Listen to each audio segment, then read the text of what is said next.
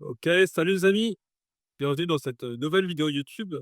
Donc, là, ce que je vais faire, c'est que je vais lancer un peu mon build in public ou même, je pourrais même dire un rebuild in public parce que, là, je me lance dans la reprise d'entreprise et la reprise d'entreprise, c'est, en gros, on va recommencer, quelque chose que quelqu'un a déjà fait avant. Donc là, j'ai pris mon petit papier et comme ça, on va pouvoir parler de ça un peu plus en profondeur. La reprise d'entreprise, donc alors, 1re question. Pourquoi est-ce qu'on rachète une entreprise plutôt que de la créer? Parce que racheter une entreprise, ça peut coûter de l'argent, alors que quand on crée, ça ne coûte pas d'argent. Et ben, j'ai marqué dans mon petit, sur mon petit papier. Donc déjà, l'avantage, c'est qu'on a déjà des clients, en fait. Donc si on a déjà des clients, on va aussi avoir déjà, tout ce qui va être de la confiance, une niche qui est déjà prédéfinie envers ses clients. Donc ça déjà, ça enlève déjà un coût d'acquisition parce que, bah, justement, les clients, c'est des fois le plus compliqué à avoir dans une entreprise. Surtout quand on crée une entreprise à partir de zéro, on est personne, en fait. Et donc ce qui m'amène aussi au deuxième point. Le deuxième point, ça va être l'acquisition client. Donc l'acquisition, elle est déjà un peu commencée, on va dire, avec, tout ce qui va être, les réseaux sociaux qui vont déjà avoir des abonnés et puis, peut-être une mailing list et puis aussi du référencement Google qui va déjà être bien avancé. Donc là-dessus, ça va être plutôt intéressant parce que nous, ça va nous faire, déjà lancer la machine. Enfin, la machine est déjà lancée, en fait. Et je prends souvent cet exemple. L'exemple, en gros, c'est, on veut pousser un gros caillou. Le caillou, il est énorme, il est super lourd et ce caillou, en fait, c'est l'entreprise. Quand on va commencer à lancer le caillou, on va le pousser, on va avoir besoin de beaucoup de force, en fait, pour le mettre en mouvement, ce gros caillou et le mettre à tourner. Et justement, c'est ça la chose la plus difficile dans une reprise, enfin dans une, création d'entreprise. C'est pousser ce gros caillou. Et en fait, une fois que ce caillou il est poussé, on a juste à donner des petites impulsions pour pouvoir ensuite faire en sorte que ce caillou il continue à rouler.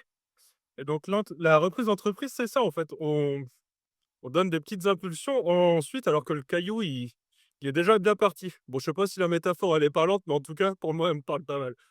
Je crois que j'avais d'autres trucs. Ah ouais. Donc moi, ce que j'ai fait, c'est que j'ai repris une entreprise en e-commerce. Une boutique e-commerce, en gros, ça se trouve sur internet. C'est exactement le même principe qu'une boutique qu'on va avoir, dans la rue, quand on se balade, sauf que la vitrine, là, c'est notre site internet et c'est pas la devanture qu'on va avoir dans la rue. En soi, c'est un peu ça. Mais je pense que si vous êtes déjà sur YouTube, c'est que vous savez déjà un peu ce que c'est qu'une boutique e-commerce, on va dire. Hem Et donc sur une boutique e-commerce, ce qu'on fait, c'est qu'on vend des produits et pour vendre ces produits-là, ce qu'il faut faire, c'est les trouver. Donc il nous faut des fournisseurs et ça, c'est un travail aussi, donc j'avais déjà essayé de lancer plusieurs fois, des entreprises et de vendre des produits, on va dire, sur internet, des produits physiques et franchement, trouver des bons fournisseurs de qualité avec des produits qui correspondent à une niche, c'est une galère sans nom et donc là, justement, le fait d'avoir déjà ce sourcing qui est fait avec les fournisseurs, mais ça fait gagner un temps monstre et en plus, donc là, comme je disais, là, le caillou, il est déjà lancé donc là, on a vraiment plus qu'à continuer avec ça. Donc franchement, ça, c'est un temps qui est gagné de monstres aussi, donc encore un super avantage, de la reprise d'entreprise. Donc alors maintenant, on va passer au deuxième point. Le deuxième point, c'est quel type d'entreprise racheter? Parce que moi, j'ai choisi d'aller dans le e-commerce, mais il faut savoir qu'on peut reprendre, tout type d'entreprise, quoi. Il y a plein d'entreprises qui sont à vendre et d'ailleurs, il y a énormément de personnes qui sont assez connues en France comme des très grands entrepreneurs ou même outre-Atlantique comme, Elon Musk, par exemple. Donc lui, par exemple, Tesla. Et c'est une entreprise qu'il a rachetée, en fait. C'est pas lui qui a été à l'origine de ça.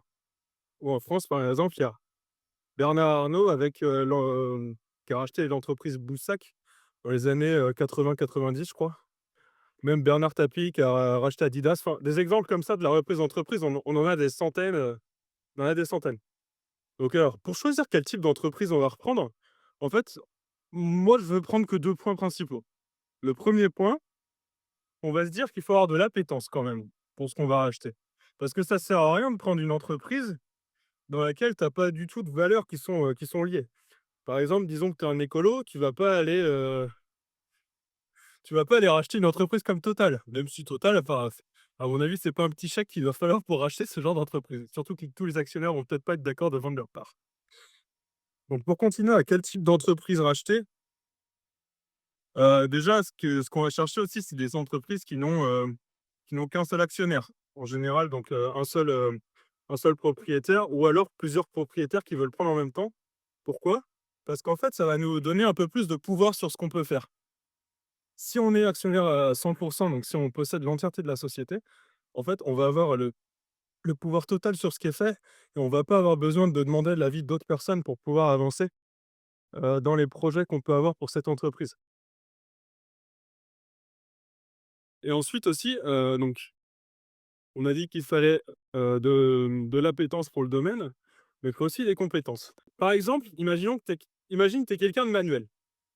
Tu es quelqu'un de manuel, donc tu te dis: «OK, moi ça m'intéresse trop de reprendre une entreprise». Bah, tu vas reprendre quoi? Tu vas prendre un truc dans lequel tu as déjà des compétences. Des fois, faut pas aller chercher midi à 14 heures. Genre, tu es menuisier, tu vas chercher une entreprise de menuiserie que tu peux reprendre à côté, qui a déjà un carnet client, qui a déjà, des fournisseurs à côté, qui a peut-être même déjà des salariés aussi. Donc là, tu peux aller, continuer dans ce domaine-là, quoi. Pareil, si tu as déjà des compétences en marketing, cherche un cherche une entreprise qui a déjà fait, donc tout comme moi, en fait, du coup, qui a déjà fait le sourcing de fournisseurs, qui a déjà fait, les premières ventes avec les clients, qui a déjà, en fait, la confiance des premiers clients. Parce que c'est ça le plus difficile à avoir dans une entreprise quand on se lance, c'est, d'avoir la confiance des premiers clients pour ensuite faire l'effet boule de neige et que ça aille un peu plus loin, quoi. Alors, on va arriver au troisième point. Donc le troisième point, c'est j'ai déjà oublié. Le troisième point, c'est où chercher ces entreprises. Donc ça, franchement, ça a été une super grosse galère pour moi.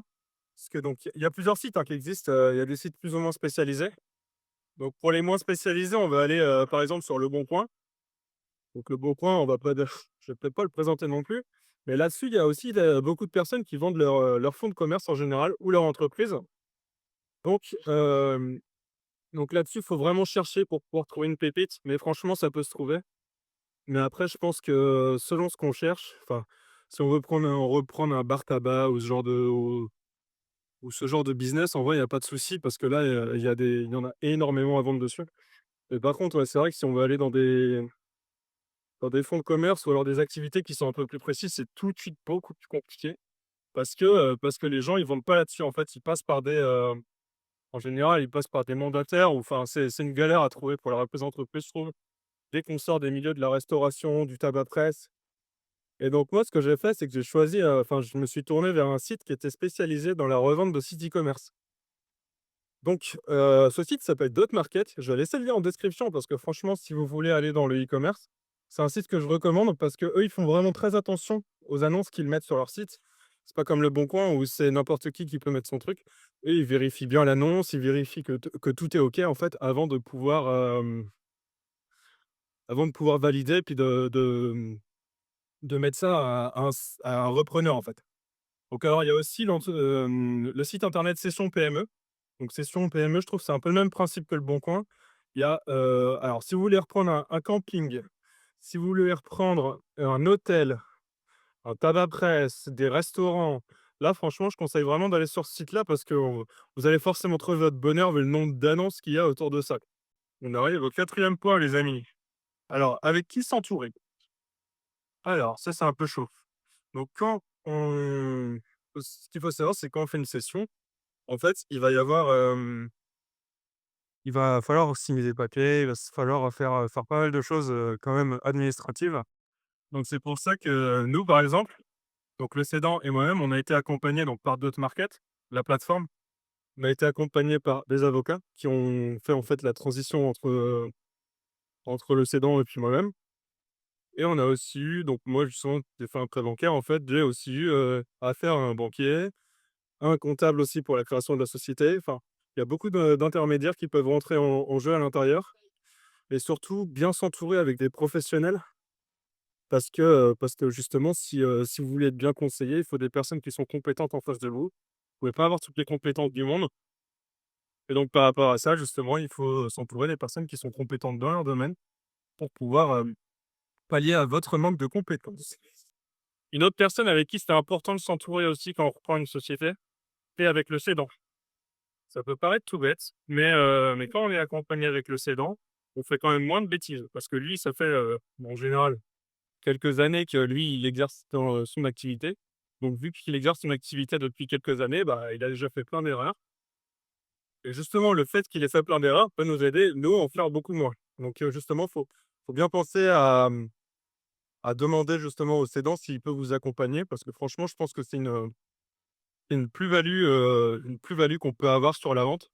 Moi, par exemple, l'ancien cédant est super cool et il m'aide énormément dans la reprise de ma société parce qu'il m'accompagne sur toutes les questions que je peux avoir. Donc ça me fait éviter beaucoup d'erreurs, donc que lui a déjà fait ou alors que lui a déjà eu, et même il y a des cas un peu spécifiques. Donc par exemple, la facturation, comment ça fonctionne, la facturation de la TVA à l'étranger? Heu, Au départ, j'en ai aucune foutre idée de comment ça fonctionne. Donc du coup, lui, il avait déjà, fait quelques ventes à l'étranger, donc il m'a aiguillé là-dessus. Donc ça m'a encore fait gagner du temps et puis éviter de faire des grosses conneries. Donc ça, c'était top aussi. Donc justement, bien s'entourer avec le cédant pour qu'il vous aide aussi à faire en sorte que son entreprise justement, soit pérenne et continue, dans la suite des choses. Donc on en arrive à la cinquième partie. La cinquième partie, c'est comment se former. Parce que, c'est pas inné de reprendre une entreprise, c'est pas si facile, mais par contre, c'est faisable et moi, je pense qu'il y a beaucoup enfin, je pense que tout le monde peut le faire parce que à partir du moment où on a des compétences ou à partir du moment où on a envie de crocher dedans, bah, du coup, il y a pas de souci, ça peut le faire. Donc alors, comment se former? Donc déjà, je pense qu'on peut commencer par dire qu'il y a une source de connaissances quasiment infinie qui se trouve sur internet. YouTube est votre ami. Cherchez des chaînes YouTube qui sont dans votre activité pour pouvoir, justement, pour pouvoir devenir beaucoup plus compétent sur votre domaine et pour comprendre aussi tout le marché qu'il y a autour de votre sujet d'entreprise. Donc après aussi, si vous voulez, justement vous expertiser, devenir plus expert dans un domaine, n'hésitez surtout pas à payer des formations parce qu'il y a des gens justement qui sont déjà passés par vos problématiques avant et justement, il y en a certains qui ont fait des formations sur ces problématiques. Donc foncez acheter des formations, surtout n'hésitez pas à payer pour ça parce que, bah, justement, ces personnes-là ont déjà fait des erreurs et justement, elles en feront, vous éviterez de faire les erreurs-là après. Donc sinon, il y a aussi des organismes de formation que vous pouvez trouver soit via Pôle emploi ou d'autres trucs comme ça. Donc quelquefois, ça peut coûter un peu cher aussi de prendre des formations en ligne. Ça, bien sûr, je le sais, je suis le premier à le savoir parce que j'ai dépensé beaucoup d'argent pour investir en moi donc franchement, c'est vraiment un investissement qui vaut le coup, franchement. Ça vous évitera, mais tellement d'erreurs et justement vous montrer en compétence, mais tellement plus rapidement aussi que si vous faisiez tout par vous-même, que franchement je ne peux que conseiller ce truc-là. Et dernier point aussi donc, pour que ça coûte un peu moins cher aussi, vous pouvez justement trouver des livres spécialisés. L'avantage avec les livres, c'est que ça coûte, 20 balles. C'est-à-dire que pour 20 balles, vous pouvez récupérer des connaissances, je vais pas dire inestimables, mais il y en a vraiment qui un livre, je pense que c'est le truc le plus rentable que vous pouvez faire parce que franchement, ça coûte que dalle. Enfin, ça coûte 20 €, on va dire, 9 € pour les moins chers et 30 € pour les plus chers et avec tout ce que vous trouverez là-dedans, enfin, le retour sur investissement, il sera assez énorme et moi, ce que je peux vous proposer donc j'ai eu ce problème-là de dépenser beaucoup d'argent dans les livres aussi, dans les formations et ce que j'ai fait justement, c'est que je me suis dit: «Il y a des gens qui ont envie d'apprendre beaucoup, sauf que, bah, justement, lire un livre, ça peut être chiant, ça peut être long». Et puis justement, il y a beaucoup de blabla aussi dans certains de ces livres. Donc l'objectif, c'était de récupérer le principal des livres en faisant un résumé. Et pareil, donc c'est pour ça, que j'avais créé la synthèse du succès il y a quelque temps. Et d'ailleurs, c'est un site qui tourne toujours avec, toujours des résumés qui sont ajoutés toutes les semaines. Et bah, si ça t'intéresse, bah, écoute, je te laisse le lien en description aussi. On arrive à la fin de la vidéo du coup pour le premier épisode de Building Public. On peut appeler ça comme ça parce que là, c'est une présentation un peu globale du truc. Hem, donc là, ce qu'on va faire, c'est qu'on va essayer de trouver une idée pour le deuxième, essayer de parler un peu plus, donc moi, de ma reprise et de mon expérience plutôt que de parler d'une manière un peu plus globale. Je pense que ça aidera beaucoup de personnes qui veulent peut-être se lancer dans la reprise d'un site e-commerce ou alors dans la reprise de je sais pas, quelle autre société.